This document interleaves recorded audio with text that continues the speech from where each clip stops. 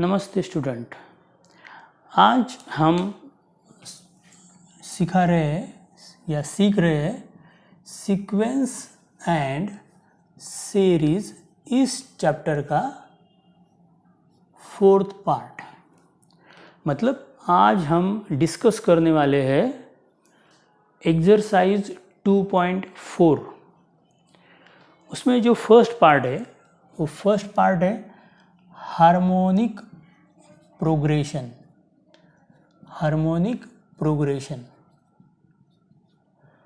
तो harmonic progression की definition क्या है? जैसे हमने इसके पहले पार्ट्स में हमने अरिथमेटिक प्रोग्रेशन देखा है, उसके बाद हमने ज्योमेट्रिक प्रोग्रेशन देखा है। दोनों की कुछ डेफिनेशन थी।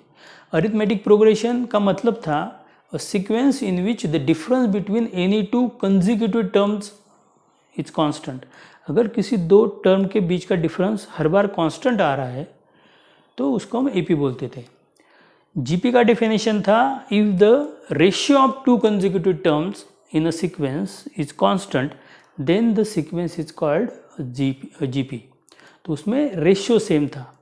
तो वैसे ही हार्मोनिक मीन में क्या होता है, तो उसका डेफिनेशन ऐसा है, if 3 numbers A, B, C are in HP। कोई भी 3 नंबर हार्मोनिक प्रोग्रेशन में तब रह सकते हैं जब उनके रेसिप्रोकल की जो सीक्वेंस बनेगी, मतलब A, B, C 3 नंबर के अगर रेसिप्रोकल निकाले हमने तो आएगा 1/A, 1/B, 1/C are in AP। अगर रेसिप्रोकल्स AP में है तो the sequence will be in HP। ये उसका डेफिनेशन था।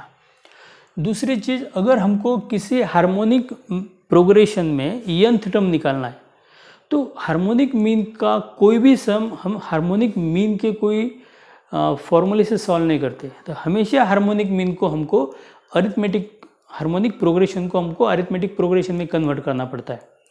और अगर हमने अरिथमेटिक प्रोग्रेशन में अगर nth टर्म निकाली तो उसका रेसिप्रोकल रहेगा हार्मोनिक प्रोग्रेशन की nth टर्म। तो इसका एक फॉर्मूला रहेगा nth term of any harmonic progression is always equal to the reciprocal of nth term of an corresponding AP। उसका जो करस्पॉन्डिंग AP रहेगा उसके nth टर्म का रेसिप्रोकल रहेगा हार्मोनिक मीन का आंसर, हार्मोनिक प्रोग्रेशन की nth टर्म का answer. तो चलो हम इसके ऊपर कुछ एग्जांपल्स लेते हैं। तो एग्जांपल है, find nth term of HP और वो हार्मोनिक प्रोग्रेशन दिया है 1/2, 2/5, 1/3, 2/7 अप टू इन्फिनाइट टर्म्स। तो देखो, इट इज़ गिवन, हमको गिवन है कि ये सीक्वेंस HP है। तो गिवन है कि द सीक्वेंस 1/2, 2/5, 1/3, 2/7 इन HP। अगर आपको डेफिनेशन समझ में आ गया है तो कोई सीक्वेंस HP में है, इसी सेंटेंस का दूसरा मतलब होता है कि उसके रेसिप्रोकल की सीक्वेंस AP में है। तो इसका अगर हमने रेसिप्रोकल किया तो आएगा 2/1, 5/2, 3/1, 7/2 ... इन AP। तो उसके रेसिप्रोकल की सीक्वेंस AP में है। अगर आपने चेक भी किया, अगर मैंने थोड़ी देर के लिए दैट इज 2/1 को अगर मैंने ऊपर और नीचे 2 से मल्टीप्लाई किया तो ये आएगा 4/2, 5/2 एज इट इज़, फिर मैंने 3/1 को फिर 2 से मल्टीप्लाई किया तो आएगा 6/2, यह है 7/2। तो आपको पता चलेगा। तो यहाँ पे सिर्फ एक का डिफरेंस है, 4 के बाद 5, 6, 7 एज इट इज टर्म आ रही है, सिर्फ डिनोमिनेटर में 2 आएगा। तो दिस सीक्वेंस इन AP, अगर इस AP का अगर मैंने फर्स्ट टर्म लिखा हियर तो उसका फर्स्ट टर्म क्या है 4/2 मतलब 2। अगर हमने उसका कॉमन डिफरेंस देखा तो 5/2 माइनस 4/2 उसका आंसर आता है 1/2। तो हमारे पास फर्स्ट टर्म है, हमारे पास कॉमन डिफरेंस है, तो हम फिर इस AP की nth टर्म निकाल सकते हैं। तो nth टर्म ऑफ AP, तो हमको AP की nth टर्म मिलेगी। तो nth टर्म का फॉर्मूला क्या रहता है a + n - 1 d, और आपको पता है AP के बारे में सब कुछ। तो a का मतलब 2, फिर आएगा n - 1 और d की वैल्यू आएगी हाफ। तो मेरा आंसर आएगा 2 + n/2 - हाफ। तो इसका आंसर आएगा n/2 + 3/2। तो मेरी nth टर्म आ गई n + 3/2। लेकिन ये nth टर्म किसकी है? This is nth term for AP। तो हमारा क्वेश्चन था nth टर्म ऑफ GP, वो निकालना है हमको। तो GP की nth टर्म क्या रहेगी 1/nth टर्म ऑफ AP। तो मेरा आंसर आएगा 2/n + 3 is the nth term of given HP। समझ में आ रहा है? तो आप वैसे भी आंसर क्रॉस चेक भी कर सकते हो।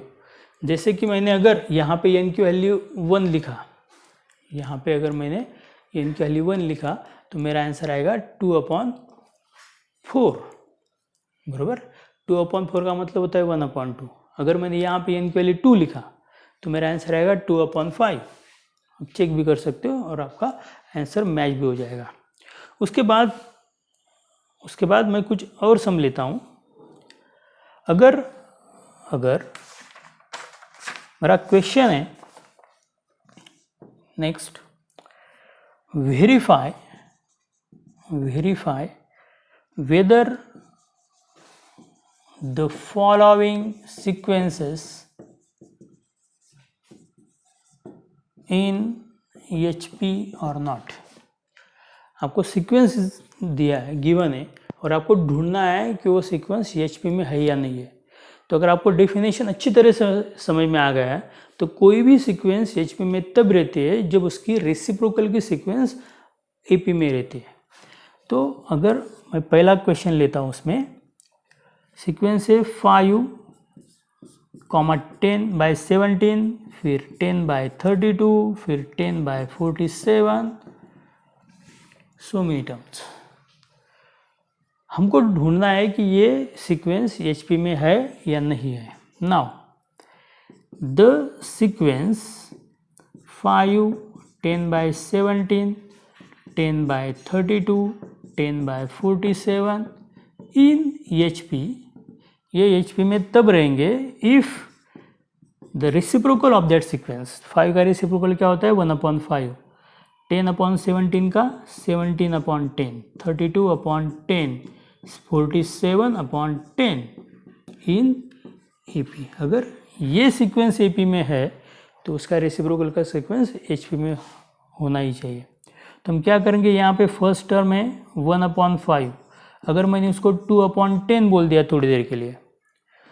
सेकंड टर्म है मेरा 17/10, थर्ड टर्म है मेरा 32/10, फोर्थ टर्म है मेरा 47/10 विच इज गिवन।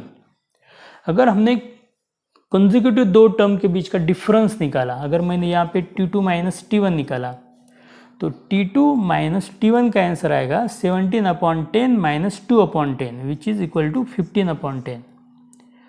अगर मैंने T3 - T2 निकाला होता, T3 - T2, तो आंसर आएगा 32/10 - 17/10 विच आंसर इज 15/10। अगर मैंने T4 - T3 निकाला होता तो मेरा आंसर आता 47/10 - 32/10 which is also equal to 15/10। तो हर जगह पे क्या हो रहा है, जो डिफरेंस है वो सेम आ रहा है। तो difference between two consecutive terms are constant. तो उसका डिफरेंस क्या आ रहा है, कांस्टेंट आ रहा है। इसका मतलब ये जो सीक्वेंस है वो AP में है। देयरफॉर 1/5, 17/10, 32/10, 47/10 इन AP। तो ये सीक्वेंस AP में है। इसका मतलब क्या होता है? इसका मतलब by definition of harmonic progression the reciprocal of this sequence that means 5, 10/17, 10/32, 10/47 in HP। और ये क्या हुआ? हमने प्रूव कर दिया, वेरीफाई किया कि ये सीक्वेंस HP में है। तो पहले तो इस टाइप के सम एक्सरसाइज में है। तो एक सम रहेगा कि find the nth term of HP, तो आपको AP को लेके निकालना है। और दूसरा जो क्वेश्चन रहता है डिटरमाइन और verify whether the following sequence is in HP या नॉट इन HP। तो वहाँ पे भी हमको क्या करना है, उसको AP में है या नहीं वो ढूंढना है। अगर AP में है तो HP में हमेशा होता है। अगर आपको इस टॉपिक में कोई डाउट है तो आप कमेंट में बोल सकते हो। अगर आपको कोई डाउट नहीं है तो हम फिर इसका अगला पार्ट ले सकते हैं। ओके, तो आपको अगर लिखना है तो आप इसको पॉज करके लिख भी सकते हो। तो अगला जो पार्ट है, सेकंड पार्ट, ये हो गया फर्स्ट पार्ट ना, कि HP का मतलब क्या होता है, HP की nth टर्म कैसे निकालते हैं और गिवन सीक्वेंस HP है या नहीं है, इसको हमने ढूंढा। अभी नेक्स्ट पार्ट में, सेकंड पार्ट जो इस एक्सरसाइज का है, तो उस पार्ट में हमको 3 डेफिनेशन देखनी है। तो उसमें जो फर्स्ट डेफिनेशन है, तो the definition is called arithmetic mean. उस डेफिनेशन का नाम है arithmetic mean. If 3 numbers are given, we have to find the arithmetic mean of that numbers.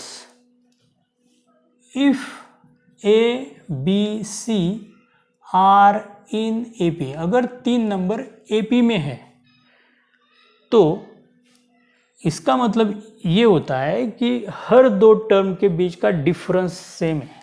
Therefore B minus A equal to C minus B। तो यहाँ से मुझे एक formula भी मिल सकता है, वो आएगा 2B equal to C plus A।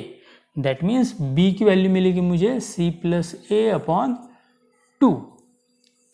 तो यहाँ पे जो B है, B इज कॉल्ड, तो B को बोलते हैं अरिथमेटिक मीन। तो B is called arithmetic mean which is equal to A, और उसको A लेटर से डिनोट करते हैं।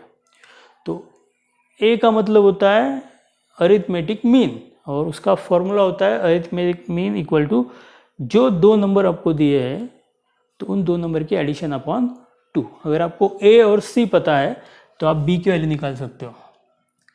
तो जो सेकंड डेफिनेशन है उसका नाम है ज्योमेट्रिक मीन।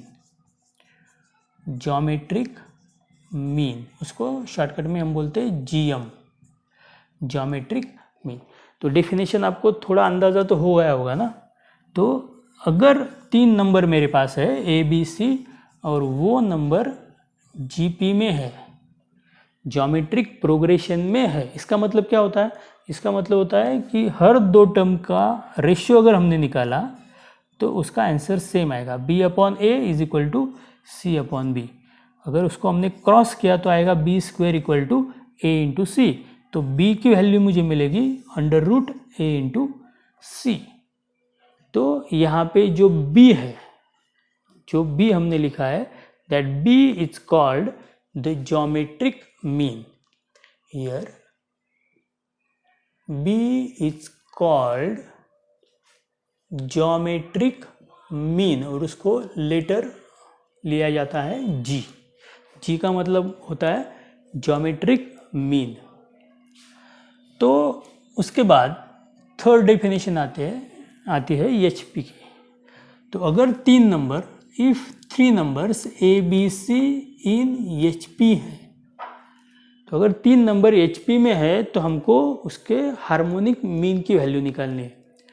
तो लेकिन HP का मतलब क्या होता है 3 नंबर HP में? इसका मतलब ये होता है कि उसका रेसिप्रोकल का सीक्वेंस AP में है।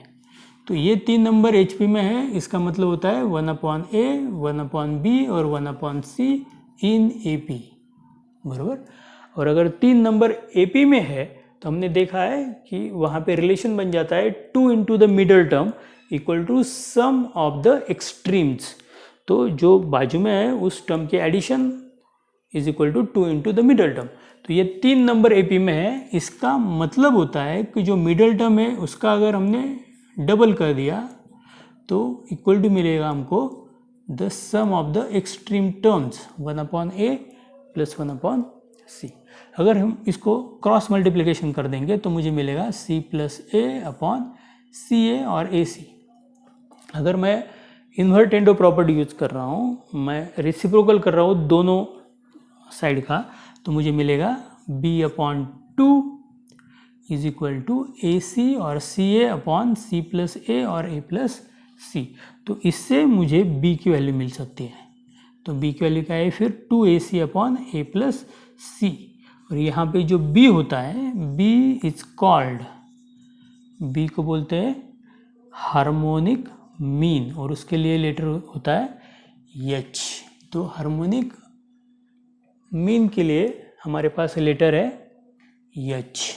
ओके, यहाँ पे मुझे हार्मोनिक मीन लिखना चाहिए था, हार्मोनिक मीन, और उसको शॉर्टकट में आता है लेटर HM।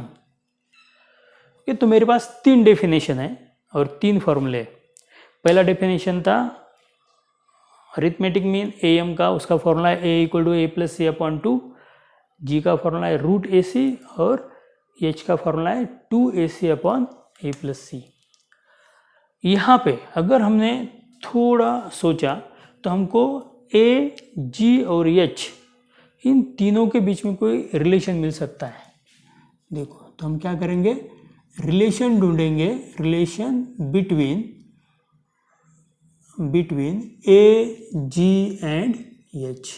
तो देखो, if A and C are the numbers, अगर ये 2 नंबर है तो A होता है A प्लस C/2 जो हमने देखा अभी, G होता है √AC और H की वैल्यू होती है 2AC/A plus C।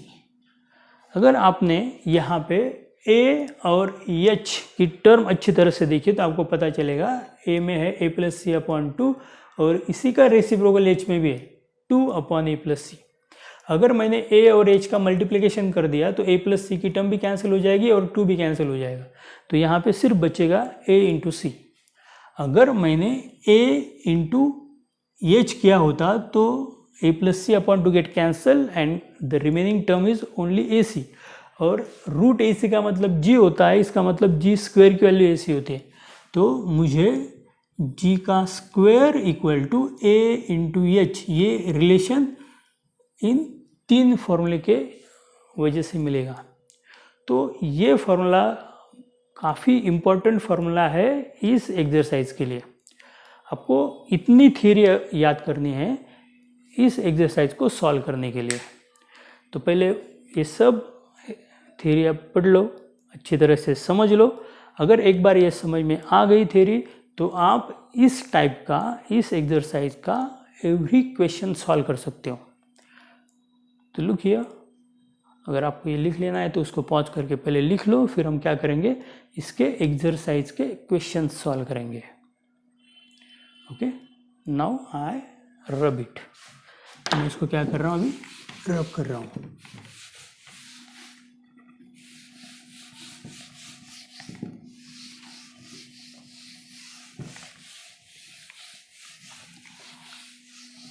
Now the theory is over, theory तो खत्म हो गई, अभी सिर्फ बचे हैं उसके एग्जांपल्स।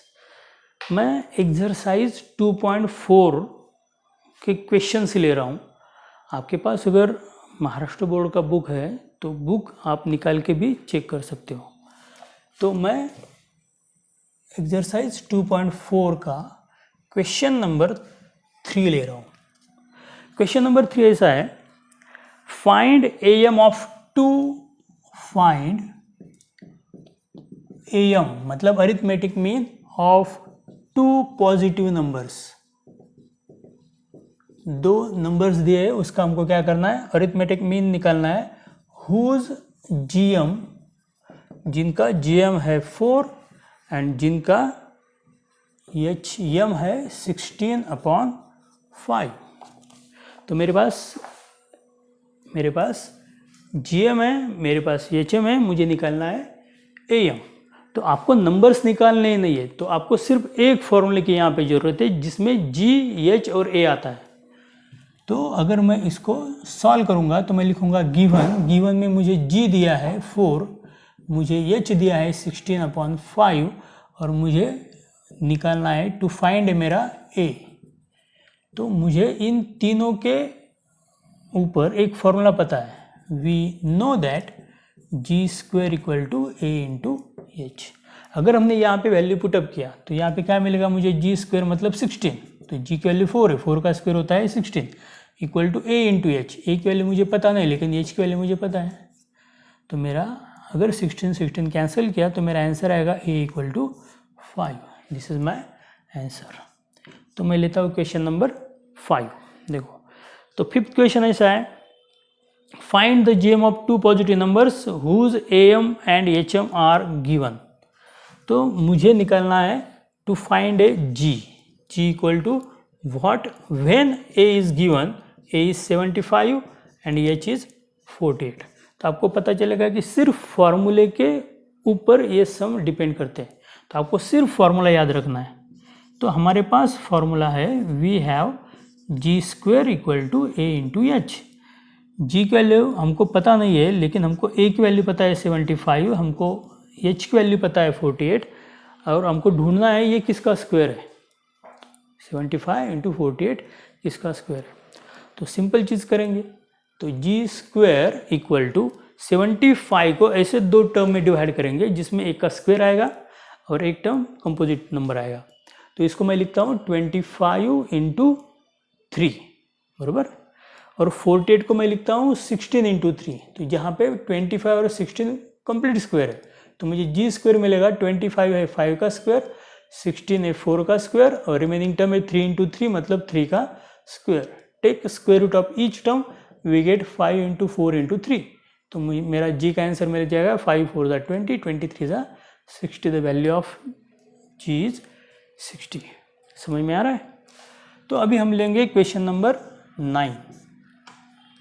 तो क्वेश्चन नंबर 9 है, उसमें टोटल 9 इक्वेशन है। तो चलो हम क्वेश्चन नंबर 7 लेते हैं पहले, फिर 9 लेते हैं। तो क्वेश्चन नंबर 7 है, insert two number between 1 and 27। Question देखो, insert two numbers in between, इसके बीच में 1 एंड -27, सो दैट, तो ऐसे दो नंबर उसमें इंसर्ट करो, so that resulting sequence is a GP, so that resulting sequence is a GP. बहुत इजी एक्सरसाइज है ये।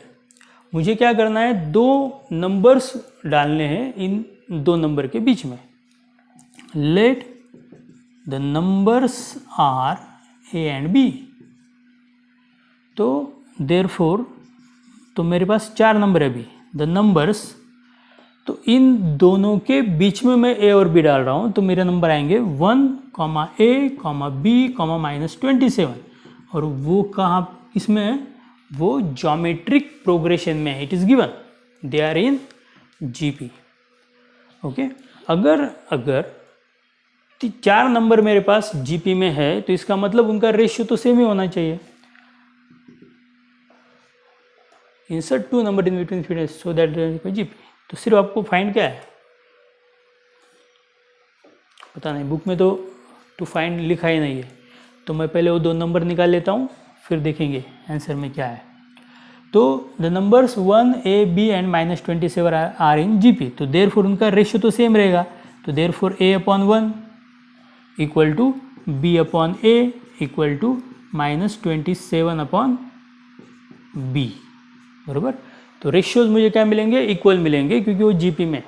तो अगर मैंने पहले दो रेशियो लिए तो मुझे एक रिलेशन मिलेगा ए स्क्वायर इक्वल टू बी, दिख रहा है, ए स्क्वायर इक्वल टू बी। अगर मैंने लास्ट टू रेशियो लिए होते तो मुझे मिलेगा B square equal to -27a, दिख रहा है। अगर मैंने लास्ट टू रेशियो लिए होते तो मुझे रिलेशन मिलेगा B square equal to -27a। मुझे इक्वेशन 1 में b की वैल्यू पता है, b की वैल्यू क्या है, ए स्क्वायर। अगर ये वैल्यू मैं यहाँ पे सब्स्टिट्यूट कर रहा हूँ तो मुझे क्या मिलेगा, तो मुझे मिलेगा,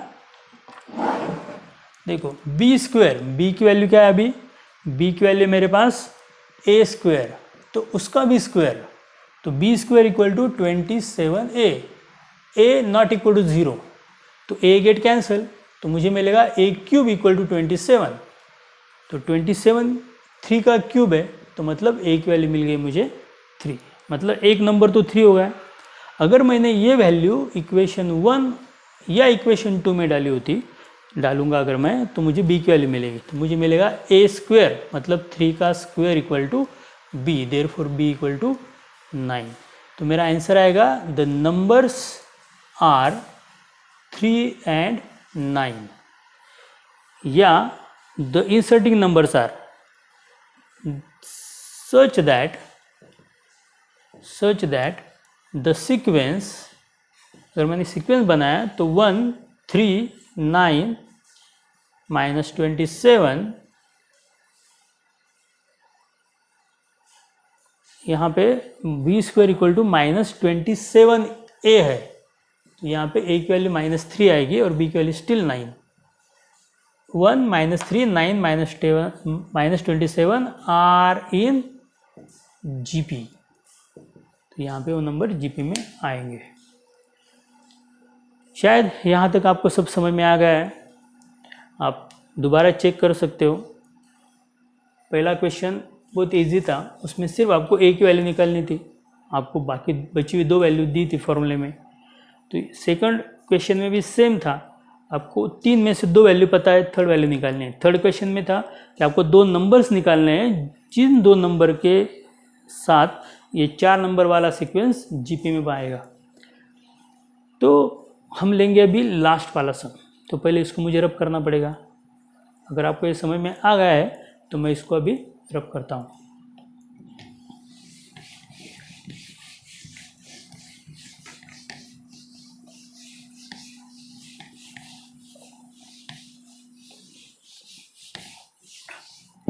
तो ये है last question of this exercise.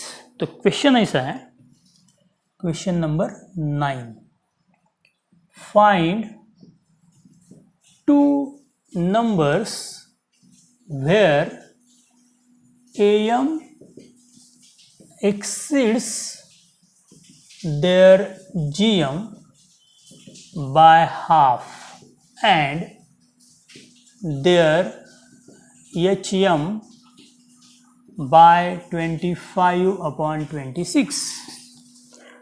तो पहले तो क्वेश्चन ध्यान से पढ़ो। आपको निकालना है 2 नंबर्स, ऐसे 2 नंबर निकालना है जिसका AM उसके GM से भी बड़ा है हाफ से और HM से बड़ा है 25/26 से। तो स्टार्ट कैसे करेंगे हम, let the numbers are A and C, number है A एंड C। तो गिवन में मुझे पता है AM इक्वल टू होता है, अगर इसको गिवन नहीं भी लिखेंगे, इसको लिखेंगे वी नो दैट, उसका AM होता है A + C/2, उसका GM होता है, अगर 2 नंबर A और C है तो उसका GM होता है G = √AC, और उसका HM = H होता है 2AC/A + C, जिसको मैं बोलता हूँ इक्वेशन नंबर 1। तो बाय गिवन कंडीशंस, तो मुझे कंडीशंस है, गिवन डाटा है मेरे पास कि उसका AM उसके GM से 2 हाफ से बड़ा है, तो मतलब A = G + half. Take this as equation number 2। तो सेकंड चीज़ दिया है A = H + 25/26, this equation number 3। तो these two things are given and we also know that the relation between a, g and h is g square equal to a into h. अगर हमने इसको solve करना चाहा तो हमको वो पूरा एक वेरिएबल में कन्वर्ट करना है, तो पूरा g में या पूरा h में या पूरा a में कन्वर्ट करना है। तो अगर आप थोड़ा सोचेंगे तो आपको पता चलेगा सबसे ईजी क्या है यहाँ पे, सबसे ईजी है उसको a में कन्वर्ट करना। कैसे, अगर मैंने g की वैल्यू यहाँ पुटअप किया तो g की वैल्यू हो जाती है a minus half equal to a into H की वैल्यू अगर यहाँ पे डाला मैंने तो मुझे मिलेगा a माइनस 25/26। तो मुझे पूरा a में एक इक्वेशन मिल गया है। तो मैं इसको सॉल्व करूँगा तो क्या होगा देखो। तो अगर मैंने a माइनस हाफ को सॉल्व किया, अगर मैंने a माइनस हाफ का स्क्वायर किया तो क्या आएगा, a square minus a plus 1/4 which is equal to, अगर यहाँ पे मैंने ब्रैकेट ओपन किया तो मुझे मिलेगा a square minus 25/26 a। Okay, तो a square get cancel, now we get 1/4 equal to, अगर माइनस a को ट्रांसफर किया तो प्लस a बन जाएगा minus 25/26 a। That means 1/4 equal to 26 minus 25 होता है 1, तो 1/26 इंटू a। तो मुझे a की वैल्यू मिलेंगी 13/2, तो मुझे a मिल गया बरोबर।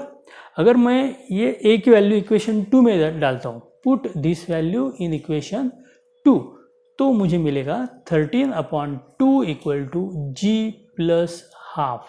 ओके, अगर मैंने हाफ को ट्रांसफर कर दिया तो मुझे मिलेगा g इक्वल टू 13/2 माइनस 1/2, तो 12/2, उसका आंसर आता है 6। तो मेरे पास a की वैल्यू है, मेरे पास g की भी वैल्यू है। तो अभी मैं a और g की वैल्यू लेके मैं स्मॉल a और स्मॉल c की वैल्यू निकाल सकता हूँ। नाउ वी हैव, और from equation 1 a equal to होता है a प्लस c अपॉन 2, तो a की वैल्यू है 13/2 equal to a plus C upon 2, तो मुझे मिलेगा a plus C equal to 13 which I called equation number 4। तो मुझे एक इक्वेशन मिल गया। और जो सेकंड है g इक्वल टू 6, अगर मैंने उसका यूज़ किया and g square equal to होता है ac, तो g स्क्वायर, g की वैल्यू 36, तो आएगा 36 equal to a into C. अगर मैंने यहाँ पे अगर c की वैल्यू पुटअप किया तो यहाँ से मुझे c की वैल्यू मिलेगी 13 माइनस a। 13 माइनस a कहाँ से लिया मैंने, फ्रॉम इक्वेशन 4, तो मुझे a में एक इक्वेशन मिल जाएगा 13a माइनस a स्क्वायर। तो मेरा इक्वेशन आएगा a square minus 13a plus 36 equal to 0। ये क्या है, this is a quadratic equation in a। तो यहाँ पे मुझे ऐसे दो नंबर चाहिए जिसका प्रोडक्ट आएगा 36 और जिसकी एडिशन आएगी 13। तो मेरे फैक्टर्स है 9 एंड 4, 9 और 4 का प्रोडक्ट किया तो 36 आता है और उसकी एडिशन किया तो 13 आता है, और दोनों को मुझे देने हैं नेगेटिव साइन। तो मेरे फैक्टर आएंगे a minus 9 in first bracket and a minus 4 in second bracket equal to 0। तो I get a minus 4 equal to 0 and a minus 9 equal to 0। तो मेरी दो वैल्यू रहेंगी a इक्वल टू 4 और a equal to 9। Take any value as a first value. अगर मैंने a equal to 4 को पहली वैल्यू लिया तो मुझे b की वैल्यू क्या मिलेगी, सॉरी c की वैल्यू क्या मिलेगी, तो c की वैल्यू है 13 माइनस a, तो c आएगा 13 माइनस 4, तो c इक्वल आता है 9। तो यही दो वैल्यू अगर मैंने लिया तो मेरे नंबर्स आएंगे, therefore the numbers are a की वैल्यू 4 है और c की वैल्यू 9 है। अगर इसी दो वैल्यू को मैंने उनका अगर ऑर्डर चेंज किया, उल्टा कर दिया उसको, उल्टा मतलब रिवर्स ऑर्डर में लिखा, तो मुझे मिलेगा 9 and 4 are the two numbers. तो यहाँ पे हमारा एक्सरसाइज 2.4 पूरा कवर हो जाता है। तो आप इस थ्योरी को एक बार फिर देखो, इसका एक्सरसाइज पूरा सॉल्व करो। अगर कोई भी डाउट आपको आता है तो मुझे आप कमेंट में लिख सकते हो। तो अगले लेक्चर में हम एक्सरसाइज 2.5 के बारे में बात करेंगे और उसको सॉल्व करेंगे। I hope you understand everything I told you today. Bye.